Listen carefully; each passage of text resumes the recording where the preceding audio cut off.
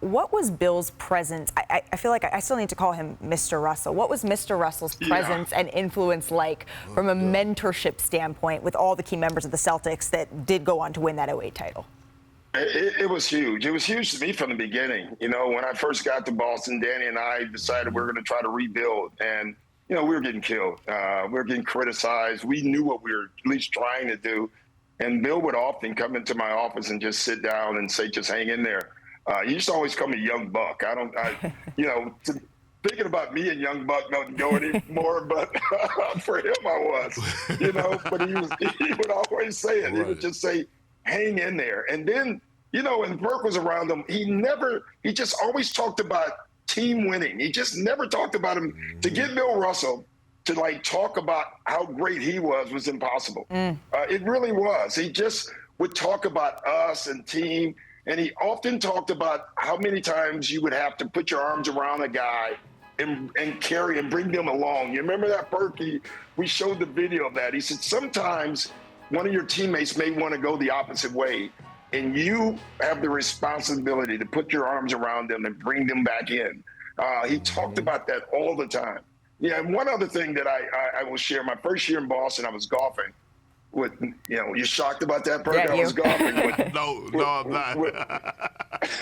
with Havlicek and Kuzi. And the whole round, they kept talking about Bill Russell. And it struck me because a lot of times, and you guys have been around this game enough, that when you're away from the star, the guy's teammates, they talk about themselves more. All they did the entire round was they kept talking about Bill Russell, and they had him on this pedestal that was amazing, even when he wasn't there. And I just thought that spoke volumes about the type of person he was.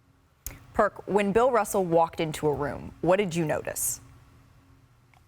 How he owned it, no matter who was in the room. Like, he was himself and wasn't apologizing for who he was. And he was going to speak his mind. He was going to voice his opinion. And 90% of the time, or maybe 95% of the time, he was preaching the gospel. I remember in 2004, when I first met Bill Russell, I asked him for an autograph. I didn't know that he didn't sign autographs and how he valued that. And he was like, young fella, listen, I don't usually do this, but I don't sign autographs. But here's my cell phone number. Let's have a relationship and let's talk. And you can reach out to me anytime you want. But at the time, I'm thinking in my head, I don't really want your telephone number. I don't know if I'm going to call you, but I do know that I want this autograph. And I didn't let him leave out of that office.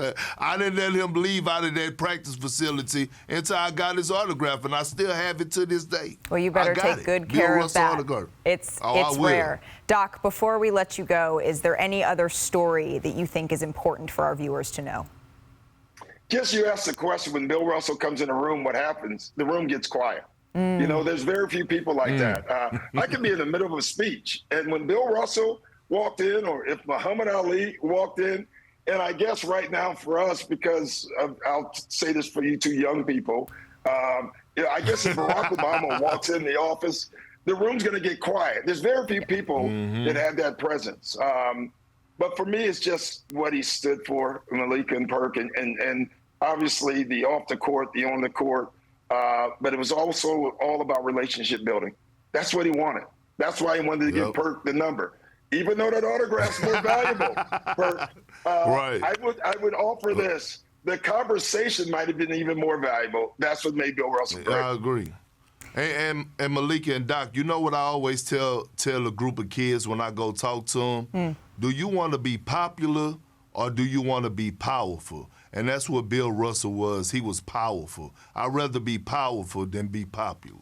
Bill Russell, absolutely we need more powerful. of them. We need more Bill Russells in our game right now, for sure. We need more Bill Russells in our world right now. Doc, in our lives. Thank you both so very much. I know both of you gentlemen have played for multiple organizations. I do think it's safe to say that today you are green. Thank you both so much for your time. We're going to continue our celebration of Bill Russell with more Hall of Famers standing by after this. I've never wanted to live my life to get accolades or honors or anything. I've tried to live my life doing what I think is right and for the right reasons. And I think that I did okay.